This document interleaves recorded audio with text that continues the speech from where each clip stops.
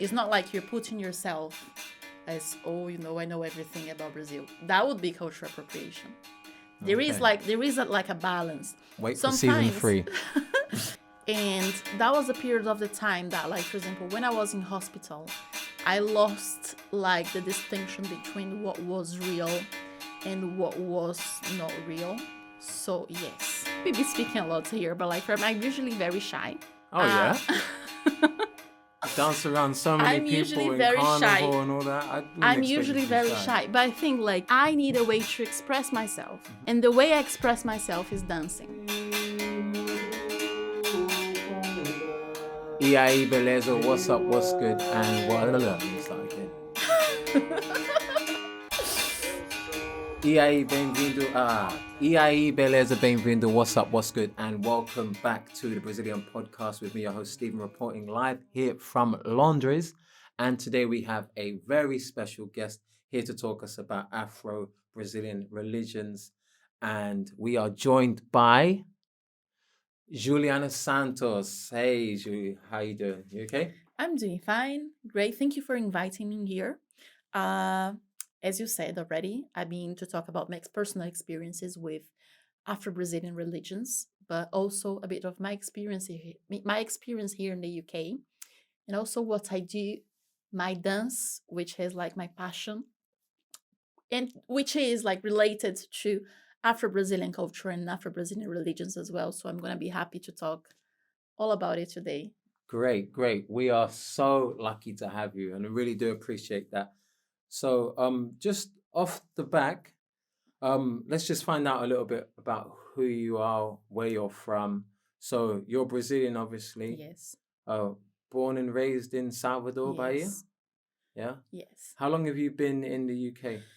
Well, continuously, I've been living here for 5 years, but I lived here before. I studied here 1 year between 2014 and 2015. And to be honest, why, I mean, being here today, what brought me here today is such a long story. But just to give you a brief, okay, the first time I came here to the UK, there's nothing to do with my dance, nothing to do with Afro Brazilian religions or anything. I came here first to do like program, like an exchange student program that I Okay, did at yeah. university. Yeah. I studied at the Federal University of Bahia back in Salvador. And I was, at the time, there was a program called Science Without Borders that was way to take students like to study universities like abroad. So I was granted a scholarship to came here as an exchange student. Mm. Just to be brief, when I was here, I met my ex-husband. Yes, he's Okay. actually my future ex-husband. Oh, okay. I was gonna say. Yes, we You went separated. looking for him. Yes, we separated. We're separated already, like going through a divorce process right now. Anyway, this is another story, but just to be brief. So we stayed in our relationship. We got married in Brazil in 2018. I came here to the UK, and I studied here. I started working here, and I wasn't into Afro Brazilian religions. I wasn't into my own culture. Like, for example, I didn't start to do like Afro Brazilian dance or to actually believe in orishas or anything until the pandemic. Okay. The pandemic, I think, was like something that my life completely changed after the pandemic, and things that I thought before that changed as well. And the way I saw like my own culture, the way I saw Brazil, the way I understood myself changed completely.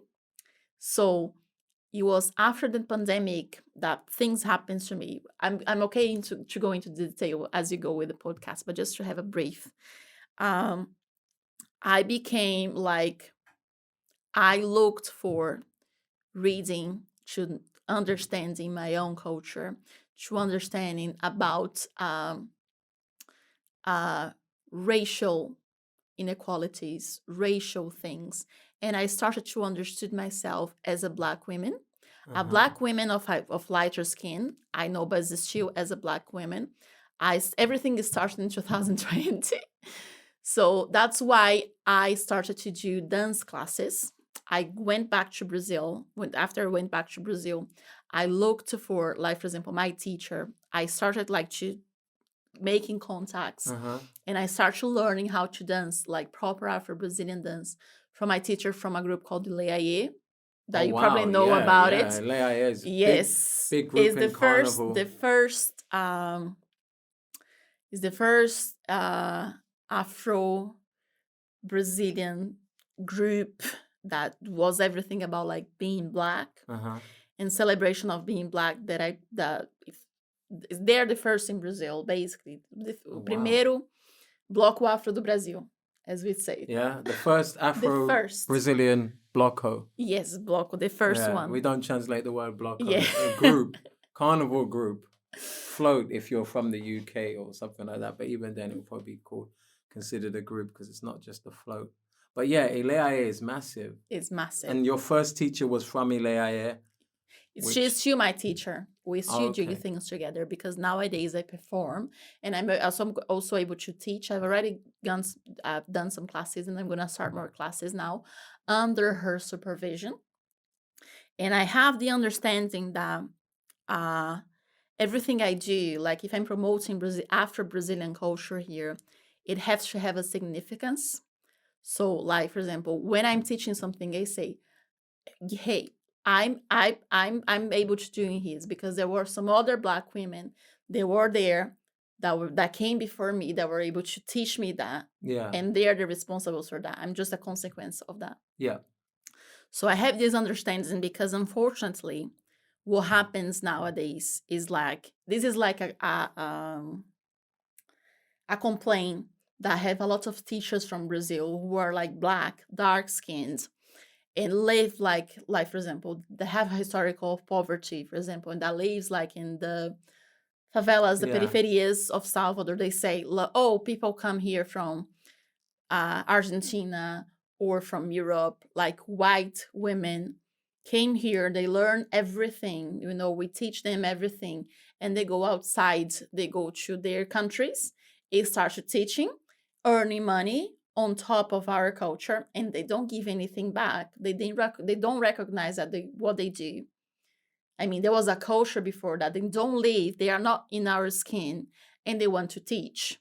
Yeah. So I have, like, for example, when I started teaching, I say, look, I learned this from my teacher. My teacher is called Soraya Souza, by the way. Soraya Souza, deusa do ébano, the most wonderful woman that I've ever met. She is fantastic. Yeah. And she's so knowledgeable. I say, if I tell people here in the UK, if you want to have a teacher, like a proper teacher from Ileaie, like from with other regions, like that practice Candomble, the answer is her. Mm-hmm. Because the thing is, I mean, it's not like, even if I teach here, I say to people, if you want to have a teacher from Brazil, like go to her, like have some online classes.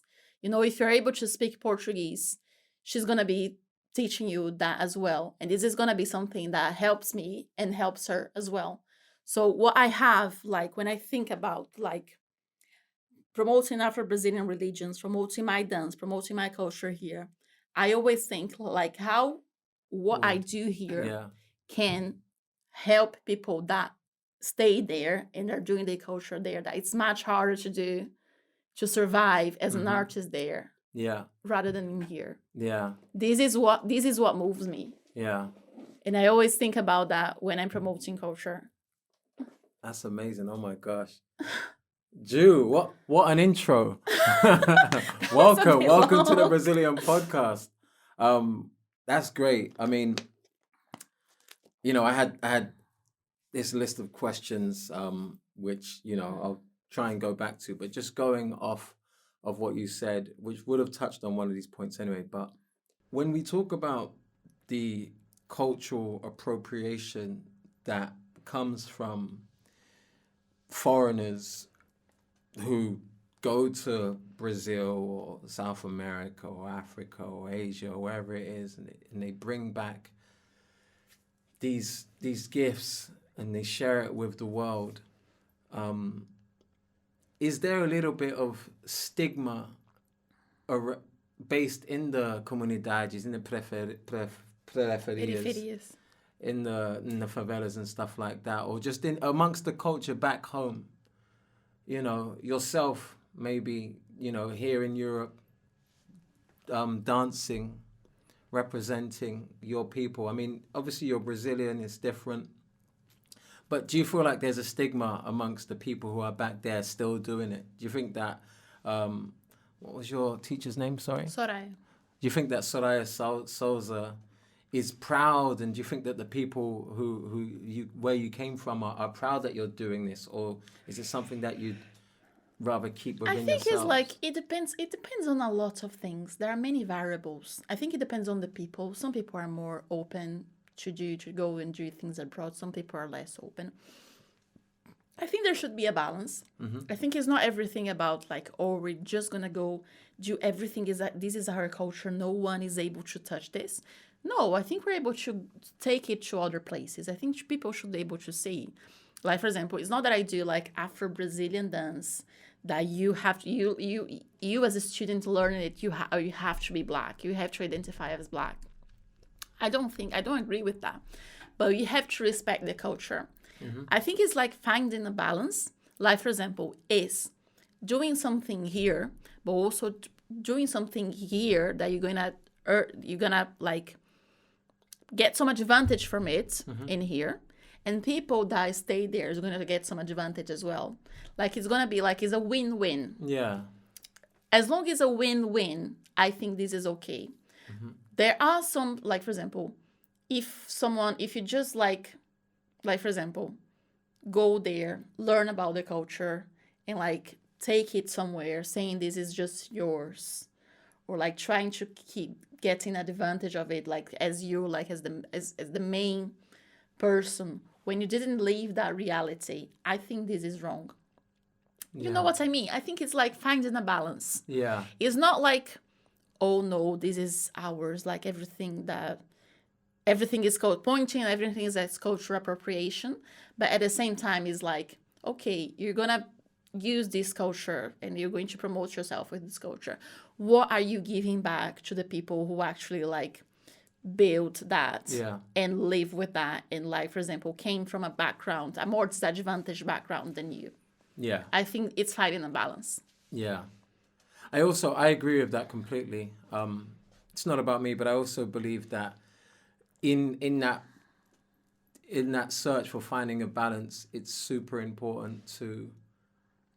Well, I personally want to make the balance be an opportunity for someone else to be able to to get a piece of the pie, be it, or a bit of the success of it. You know, one thing at the Brazilian podcast is, again, because I'm not a Brazilian, I do find that, you know, if anyone ever accused me of culturally appropriating, I would say, yeah, I feel like I am.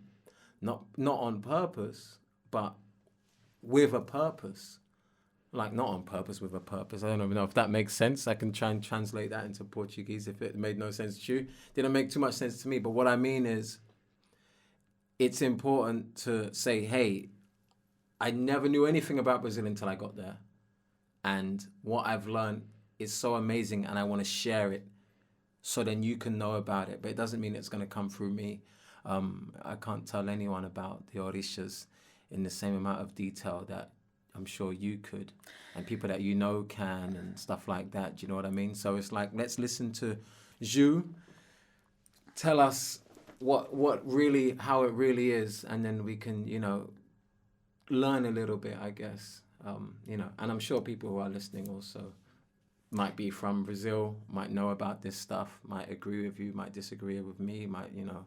So, but yeah, I do think appropriation is something that we need to be careful of. Yes. You should be conscious. Like, for example, I don't think all you're doing is appropriation, because you're inviting Brazilian people to talk about Brazil. It's not like you're putting yourself as, oh, you know, I know everything about Brazil. That would be cultural appropriation. There is a balance. Wait for season 3. For sometimes I would say, like, this line is not always that clear, Mm-hmm. but there is like if you think about it, there are some things that can be done like to make these like as I said as a win-win Mm-hmm. uh Yeah. exchange. Yeah. Of course. Yeah. Um. You said it was the pandemic that sort of turned the cog, changed something that made you go for the Afro Brazilian religion. What first of all, what is the Afro Brazilian religion, and how do we distinguish which one we're talking about? Because as I'm aware, there's Ifa, there's Candomblé, there's umbanda. There may be others as well that we're not touching on. So, which one is yours specifically? I wouldn't say like for example I'm one specific, because okay, let's distinguish something. There are different levels of commitment to Afro-Brazilian religions. Like for example, I'm in something that would be classified in Brazil maybe as like a client. There's someone that I looks for like the candomblé when I need some like spiritual treatment. Like for example, for you to actually be part, like for example, of it, you have to go through like the initiation process. You have to be committed to a temple, to a terreiro. You have to go through a process. You have to shave your head. So there are different levels of commitment. I am not that committed to be like to have like I would say a cargo, or to be some part of like a specific place. Okay. Mm-hmm. So, but I have enough knowledge, and because I do like, as part of my like my what I do as a dance, I also do like Orisha's dance. So I do this like in a cultural performances, that I do some movements that they do in the like in the temples, Mm-hmm. but I cannot do the same as they do, because what they do is religious. What I do is cultural.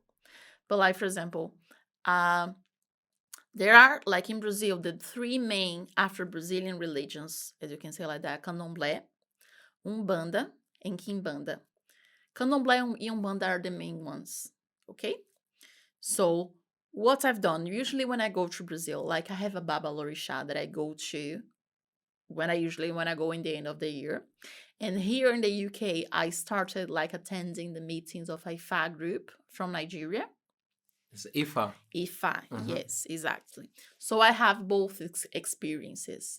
As I say, I'm not initiated in the religion, so my level of commitment is lower than a person which is actually like who goes to temples. No. So like for example, you say, oh, you know, you might know, like you might be able to speak a lot about it, and I say no, because there are some knowledge about the religions that only the people who are there, who were committed, would be able to know, and they're probably not gonna be able to share.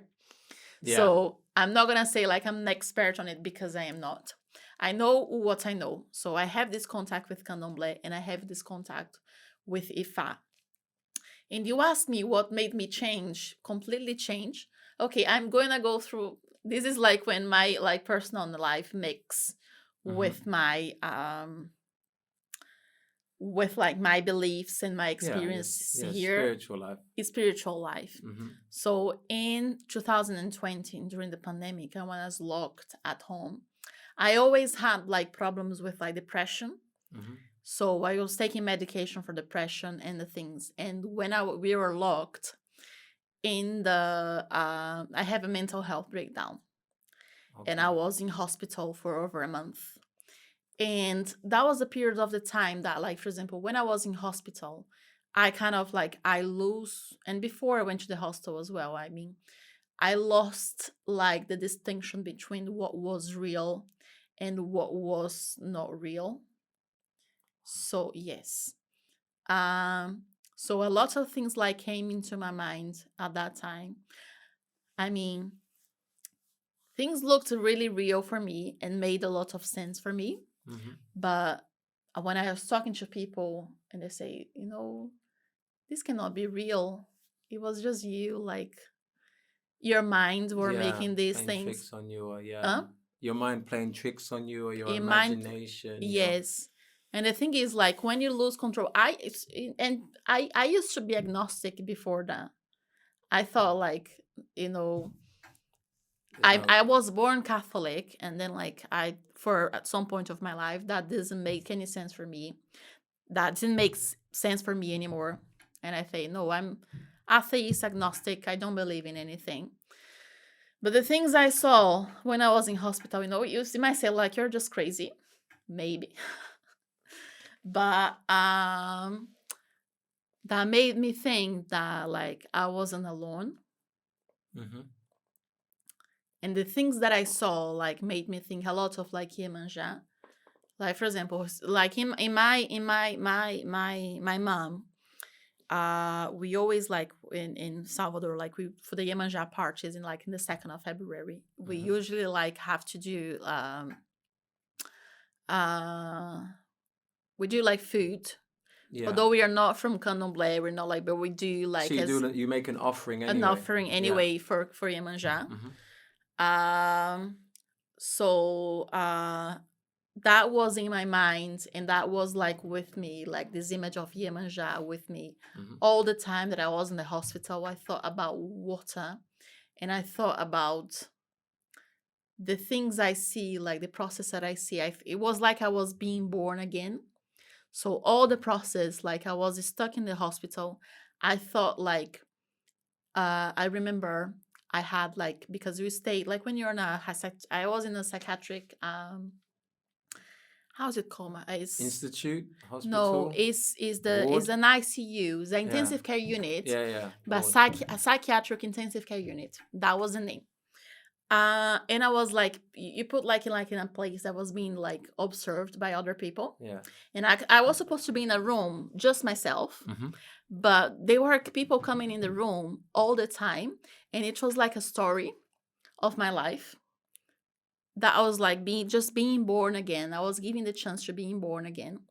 It feels like I was like in something that was like a place, like an embassy or something. That was the war was going on around. There are people like dropping bombs, and I was inside there, lying kind of to be protected. And I saw like through the window there are 2 people, a man and a woman. They're like, they looked like my parents, and they were looking at me, and they're like kind of like, my mom was like typing things on the computer, and my dad was going around and checking if everything was okay. And I saw things going on, people coming in and coming out, trying like to teach me a lesson. I mean, it might look crazy, but it makes sense for me. And I thought when I was like kind of like being able to stand and to do things, I remembered a bit, like I read a book when I was at that time before I went to hospital. It was a book from a Brazilian called Estela do Patrocínio.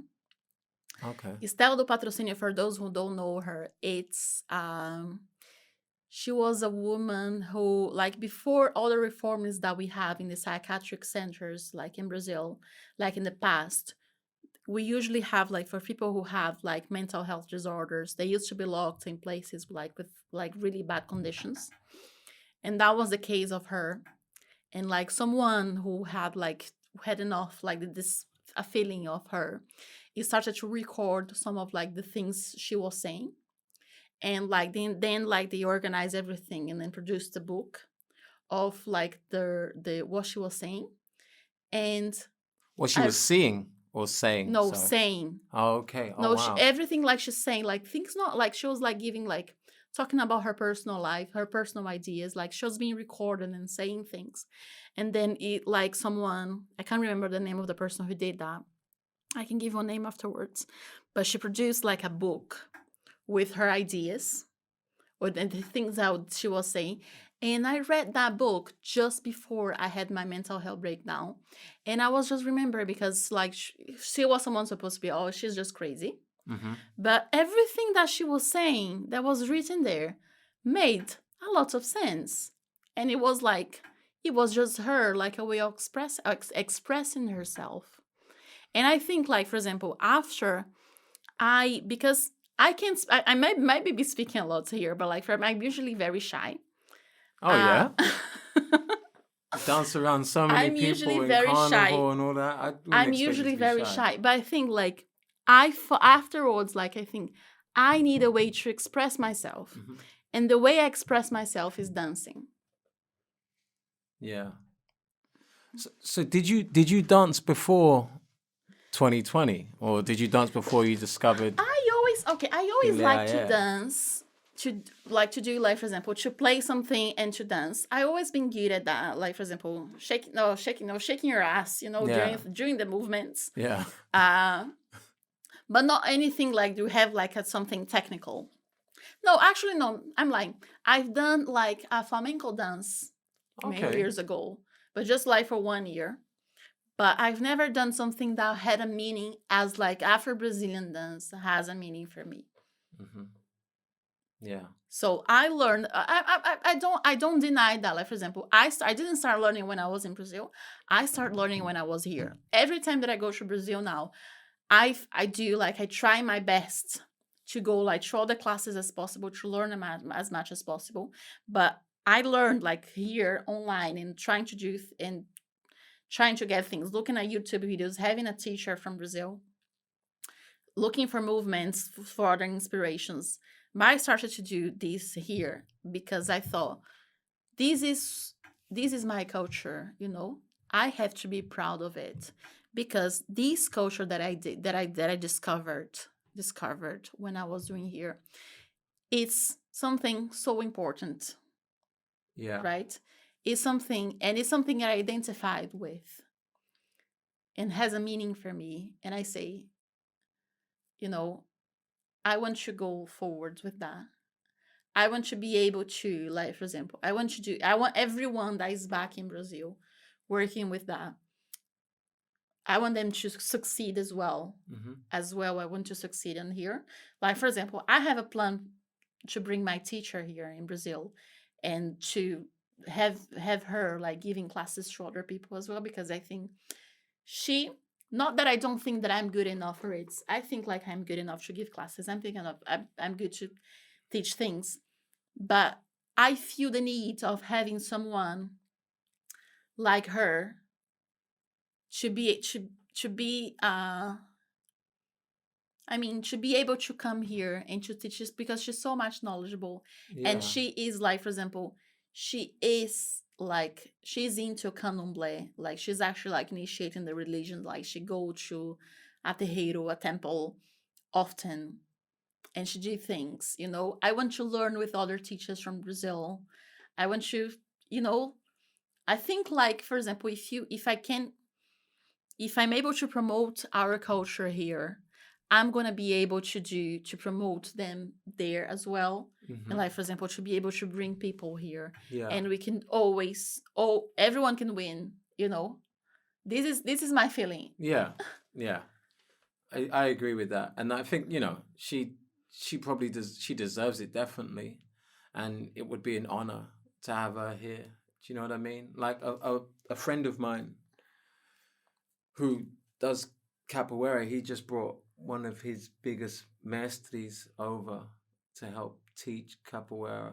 And like they did a few workshops and stuff like that, and loads of people came, and they managed to raise a lot of money, which was all good and that. But it was just like, rather than just run off his own reputation, he sort of remembered where he came from, if that makes Exactly. sense, and then he brought that person forward, and there's no secret, if you're earning in pounds or euros or dollars or whatever it is, it's always a lot stronger than the Brazilian real, which means that there are slightly more opportunities here, at least financially. So yes. We're able to expand our imagination a bit more sometimes. On that note, you've been here for a few years now. Um, do you feel like you've made it, if that makes sense? Is this like, are you like, do you feel like a success with your dance, with your career, apart from dance? How do you feel about being in Europe, being in London? How can I say that? Sometimes I feel like I just happen to be in London, if you know what I mean. I mean, I feel like I just have. Like that, there is this song from Caetano Veloso, London, London. Hmm. I just happen to be here and it's okay. I mean, to be honest, like, uh, it's a difficult question. I mean, No one's ever asked you that before. No one's going, olha ela em Londres, mm, parabéns, and all that stuff, like doing your thing. You don't get that. You don't just contemplate, like, yeah, you know. I had this. Like a lot of my friends when I was living in Rio, my friends be like, "Oh, you're living in Rio, oh my God, like I can't believe it. Like, you're living a dream and all that." And it was my dream, so I got it, but like I was also like, bro, I'm broke out here, man. Don't get it twisted. Like it's tough out here, it's not easy, but it was what I wanted, so I was like grateful. But you know, there was a level of, yeah, I realized, Port Inglés, I realized I achieved my dream, I managed to get what I wanted to get, you know. So I mean, do you feel like that? Like, yeah, this is what I wanted. I wouldn't say this is what I wanted. Like, for example, I don't think, like, with the with Britain itself, Hmm. I don't feel that culturally attached Yeah. to like British culture. I think, like, for example, I like London because of its like multicultural, Yeah. because it's like you can meet people from different backgrounds and from different places. This is what I find interesting about here. But to be honest, I kind of like happened to be here in the first, as of when I first came here. My main goal when I came here was to learn English, was not actually like to live here. I think like I'm starting to have like I'm step by step like growing up as a dancer, and I have a career. Although, like for example, I'm still like early in my career. Like I'm an engineer. I have a job in engineering, but like I'm still like early careers. So I okay, like I'm able to pay all my bills. Um, I mean, I don't rely on anyone, so I think Yeah, this is this a is great. success. Yeah, This is this is great. a success. This is a success. I would say this is a success. Hmm. But like for example, to be honest, I don't. I'm not saying like I'm not that. It's not like I wouldn't say like that ambitious. Like my goals are not that difficult. Things I enjoy are not that like I wouldn't say like that expensive or that like difficult to achieve. Hmm. Like for example, the only thing like for example, I like traveling, going abroad, like doing things, and you need money for that. This is the thing. I have the money to do this, so I think it's a good thing. Oh yeah, But hella. Ooh, I can travel when I no, want. no, not every time that I want. But like for example, I'm able to go to Brazil, and I'm able to go like for example, Thursday I'm going to Portugal, and I'm able to afford that.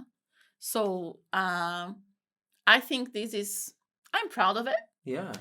But to be honest, like I'm never thought about like we don't we know that those things like, oh, you have to have like a millionaire like Yeah. mindset, you have to make money and like have the most expensive things, and I don't have this kind of mindset. Like for example, I'm passionate about culture, which is like for example but it's not about luxury. Hmm. I think that's the thing. This is sometimes like for example when I found like for example doing engineering for me, that is like a profession where people have like usually have a different mindset. I feel like sometimes I feel a bit different because people are like, or people are in the things like, oh, you have to make money, you have to buy a house, you have to buy a car, you have to have start a family. Yeah. uh I mean, I'm 30. I haven't figured out yet what exactly I wanted. Yeah. And I think, it's fair enough. I mean, Yeah. we You have to. still got time. Yes. You're fine. You'll be fine. Yeah. Cool. Gee, how are you feeling? I'm feeling good. Yeah. Good. Good. All right. Um. Da-da-da-da. This is what I love when the conversation is flowing. It's like, okay, cool. Get back on track, and then you look at your question like, have we not just gone through that? Um. Yeah. Okay. Cool. Actually, yeah, let me ask you about this. What are some of the differences that you find culturally? You mentioned that you don't feel British, which makes sense. You've not been here that long. Also, you are uh Baiana, so telepolitana, you're from Salvador. It'd probably be really difficult to try and strip you of that culture and adopt another one. But what things do you enjoy about the UK? How British do you feel? How British do I feel? Like, for example, okay, I like the fact that everyone is on time. That is. You are. Not everyone. I know, but if you compare back to Brazil, is like, I think I I know, I think people here like kind of value your time. Yeah. Like, for example, sometimes I feel back. I know it's a cultural difference, but like, for example, making someone wait in 2 hours. So if someone has something else to do, sometimes it's not that nice. Yeah. And but I would say, like, for example, one thing I really enjoy about London itself Hmm. is, like, for example, I don't have a car, right? And you don't need a car to live in London. And I think, like, for example, when I go to work by train. And my directors, who have very posh cars and a very big house, they go to work by train as Yeah. well. Yeah. I find this fantastic. And I say, you might have your very expensive car, but you're going to leave that at home and you're going to go to work with a train with everyone else. Yeah. Yeah. I ask you not to tap the Of table just course. for the microphone, but yeah, sorry. I know that our communidade who's listening will appreciate that, but yeah. Yeah, it's true.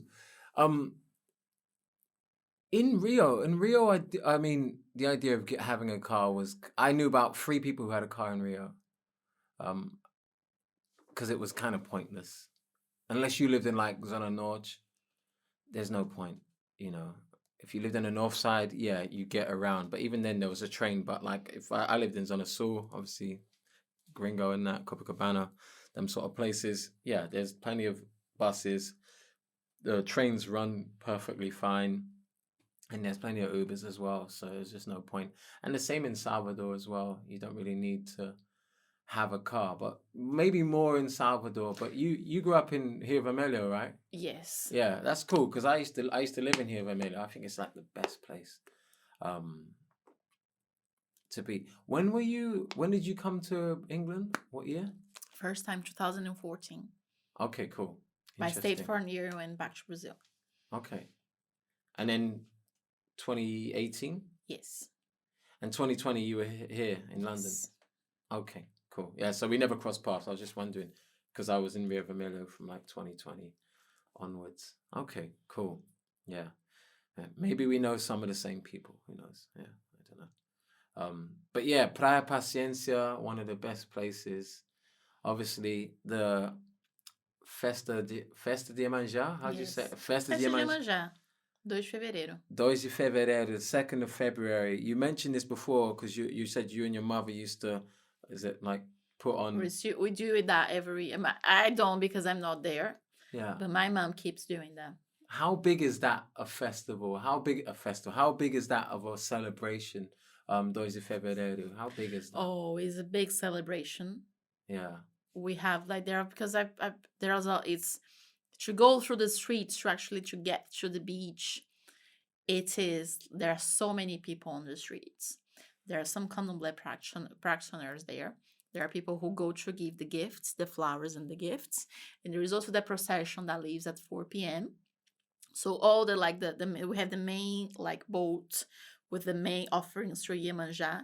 We usually have a lot of like other like boats that like goes with the procession and follows the boat, the main boat. And there are some uh so there's like party afterwards. Yeah. So there are some bands and some people that come to play and to celebrate. It's a big thing. Yeah. And it's crazy because like I've seen videos, I've seen some photos, and when I came to Bahia, when I was in Salvador, it was the pandemic So the place was empty. And it was my first experience in Bali, and I was like, oh my God, this place is quiet. In comparison to Rio, like this is where you go when you want to retire, you know?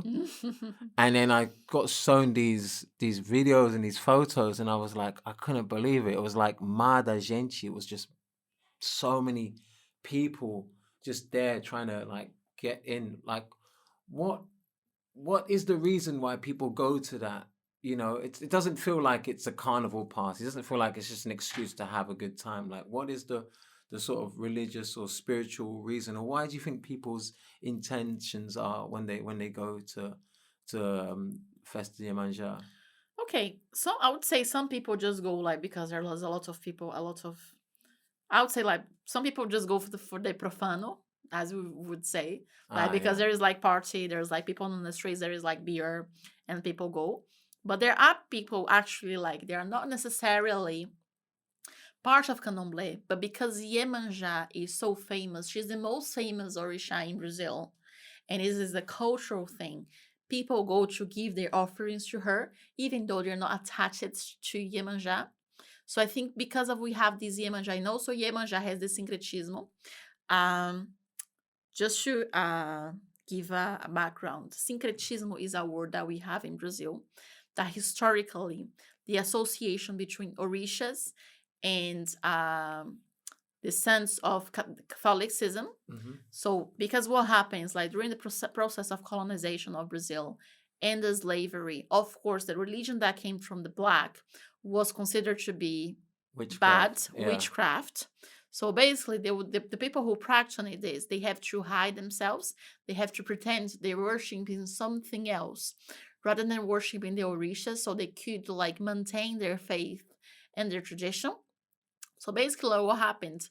People used to pretend they're worshiping the Catholic saints because Catholicism was the main, it still is the main religion, religion yeah, of Brazil, and it was the religion of the colonizers in order to be worshiping their own orishas. So we have an association with the orishas and the Catholic saints. So the association that we have with Iemanjá is with uh, Nossa Senhora dos Navegantes, is like Our Lady of the Salesman. Would that be the translation? I'm not Nossa 100% Senhora the what? Sorry. dos Navegantes. Oh, okay, yeah, the sailors Yes, the or something. sailors. Yeah, Yes, yeah. there are Okay. other versions of like Our Lady that she's associated with, but she's the main one because it's to protect the fishermen and the people who works Yeah. in the sea. Okay. Our Lady of Saints Yes, for Iemanjá. Yemanja. So there is this syncretism is the word that we use in Portuguese. So it is association between the Catholicism and Afro Brazilian religions. Yeah. So because she's so famous, some people just don't go. Some people don't see her as an Orisha. Some people see her as Our Lady.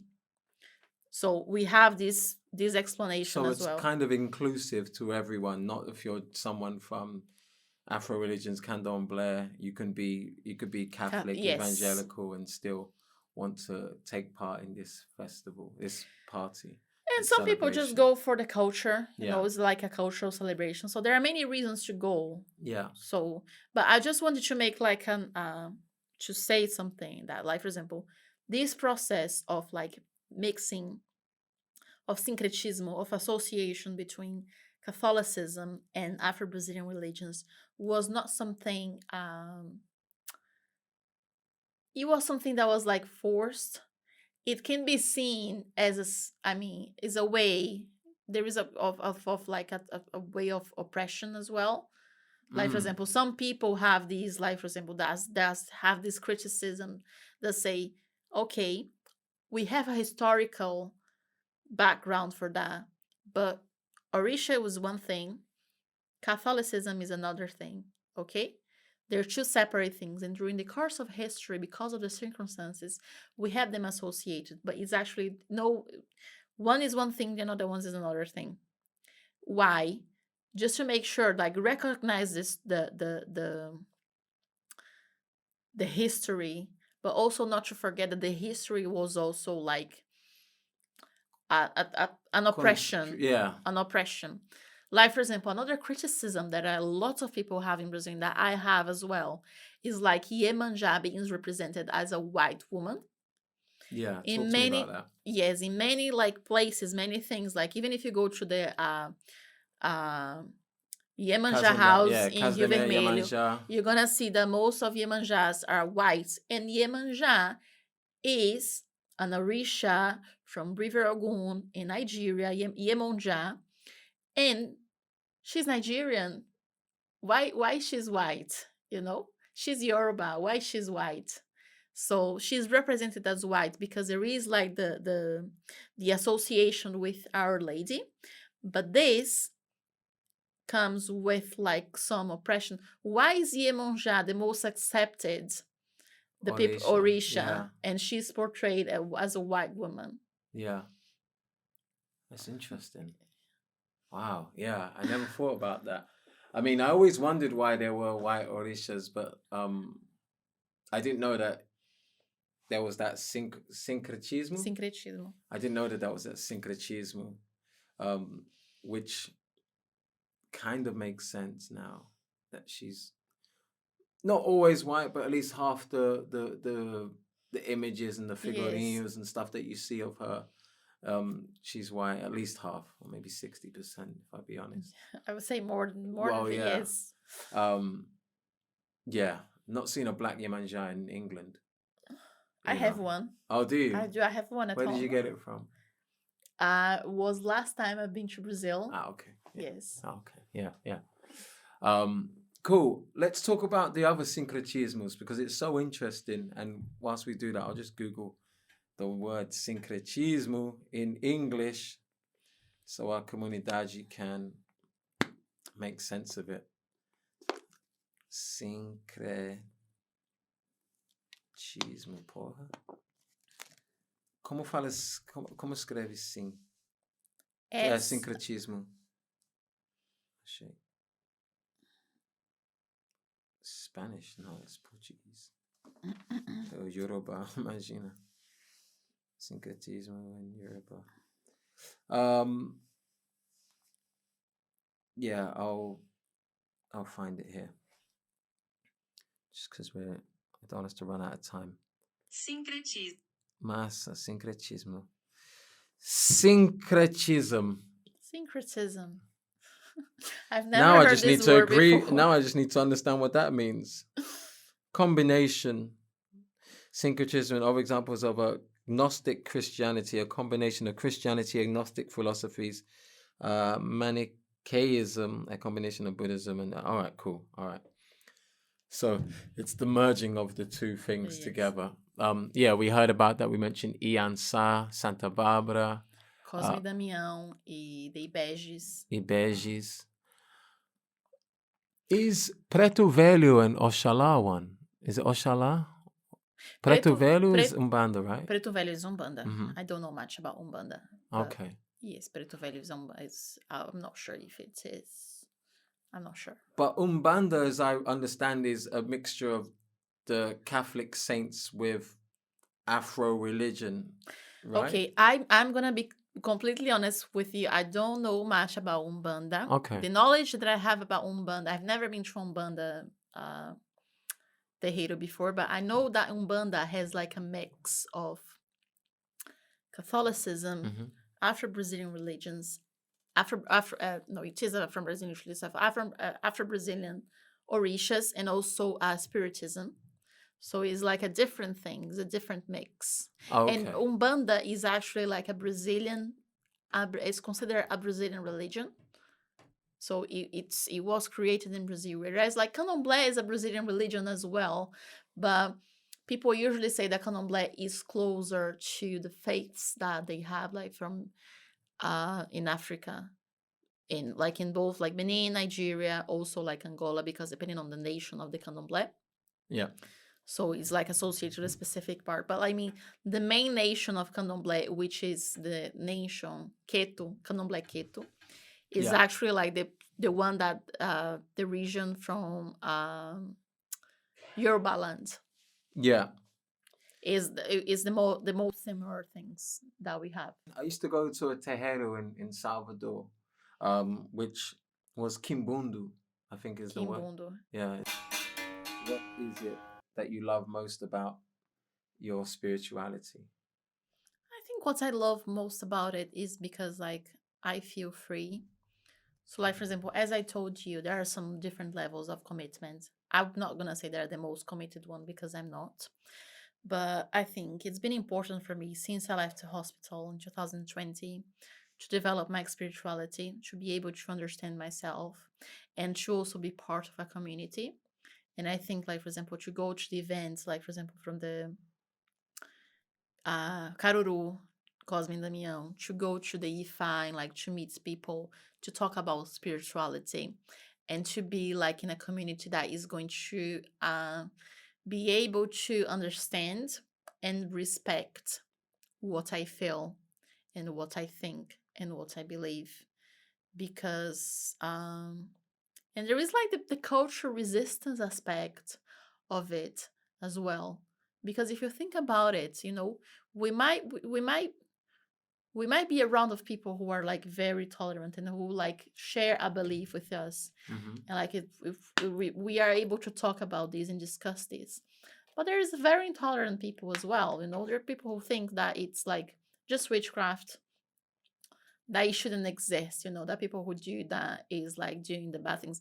Sometimes when I say people, we say the word macumba. Yeah, Macumba. Macumba's like juju, which is like black magic, I suppose. Macumba say, okay, people say, do you like macumba? Yes, I do like macumba. I love Yeah, macumba. yeah. uh, but it is, I would say the importance for me of like I wouldn't say religion, I would say spirituality, because it's something more broader than Mm-hmm. just saying religion thing. I think when you say religion, it's like you put yourself in a box. I like to say spirituality. I have like my spirituality. I look for things when I need for it, and I have my own faith, which is enough for me. Yeah. Do you feel like, I mean, you talk about, going back to being in a psychiatric ICU, the time, the sort of things that were happening in your mind as well as in the world, a lot of people are in this kind of isolation. A lot of people had to say fight their own demons, Mm-hmm. for lack of a better phrase, discover things about them, rediscover, relearn, unlearn. Do you feel like it saved your life, your spirituality?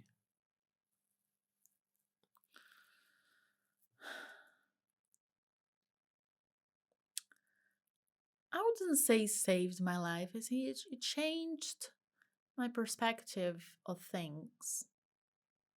You know, it was just make me more like hopeful.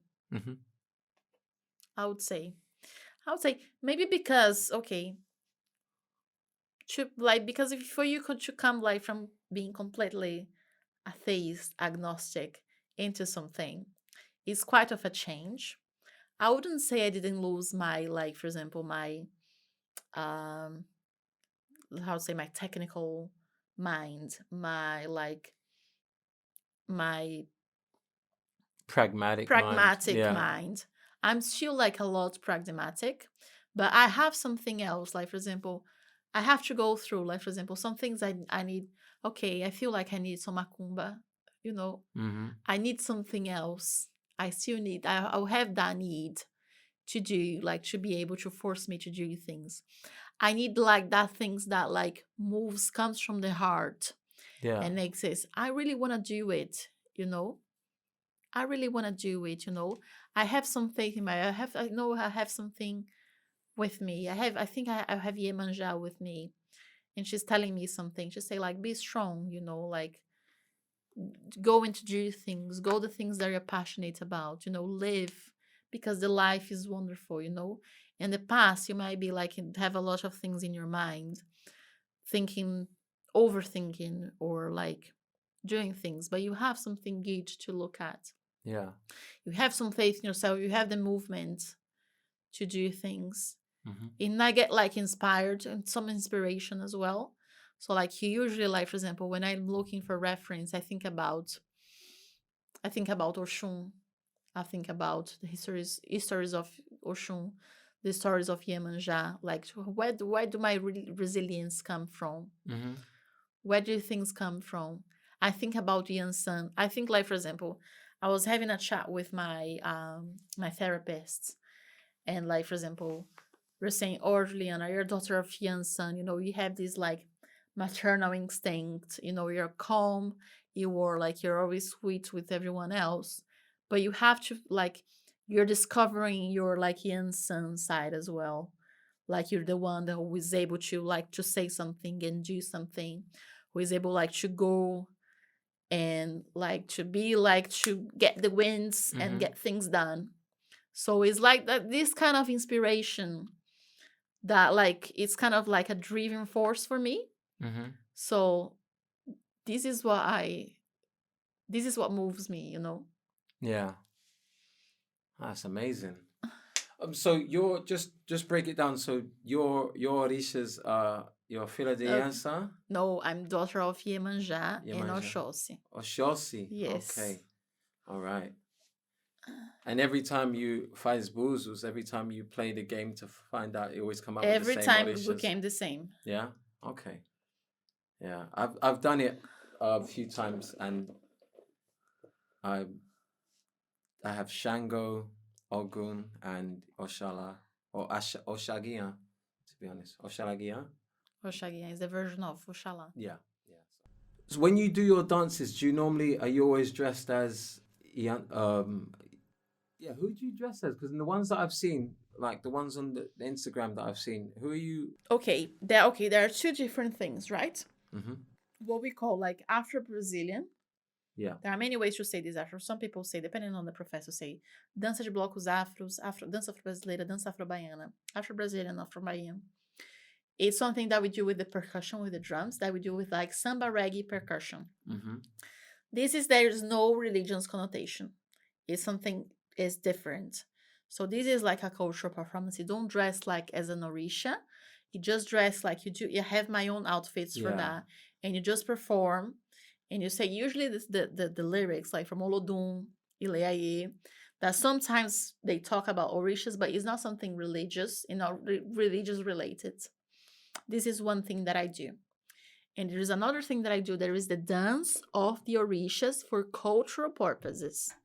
It's very important to differentiate. You dress like as orisha, okay? But because I have my customs made in Brazil, they do that when they ask for you, like the person who asked, like who drew the custom. They say, is it for the terreiro, the temple, or is it for performance? Yeah. And you have to say this is for performance, because it's done in a way. If it's for religious purposes, it's done in another way. Right. So for cultural performances, I dance Iemanjá, Oxum, and iansã. You're gonna see, like, I have to post the videos for iansã yet. I haven't posted yet, but this is something that I do as well. So for them, we have specific dances for each of orishas. Yeah. Each orisha has a specific dance. My teacher know how to dance everything. I know how to dance Iemanjá. I know how to dance, iansã. I can't touch it. No. To post iansã, and I know how to dance Oxum. Mm-hmm. And I'm in the problem. One day I'm gonna learn how to dance everything. It's on the list. It's on my list. Amazing. So what we do for like this culture, when you do the culture performance, you use some elements of the dance that they do in the terreiros, but it's not exactly the same, and it can't be exactly the same because of like you have to have like the respect that we have with the religion. I always make that clear when I dance, because what I'm doing there is not the same that they do in the terreiro as is their religion. What I do there is a cultural performance for people to see what it is.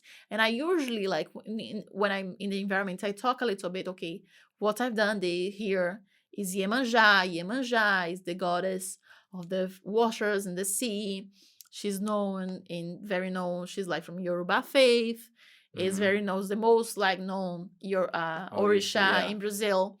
So I give an explanation, but what I do is cultural. It's not religious. It's important to make that difference. Yeah. Very good. All right. Well, that is amazing. I mean, we could talk about this all day. I think it's just so profound how you find it, how it rediscovered you, just everything about your story is so interesting. And I really do appreciate the sort of breakdown in terms of the religions and the culture behind it. And yeah, we've ran out of time, unfortunately. But tell our comunidade how we can find you on socials and stuff. Okay, my Instagram, you can search me as Juliana, my first name, Elisa, my middle name, and Santos, my last name. You can say Ju dot Elisa, ELISA dot Santos is my Instagram. You can contact me there. You can see my performances there.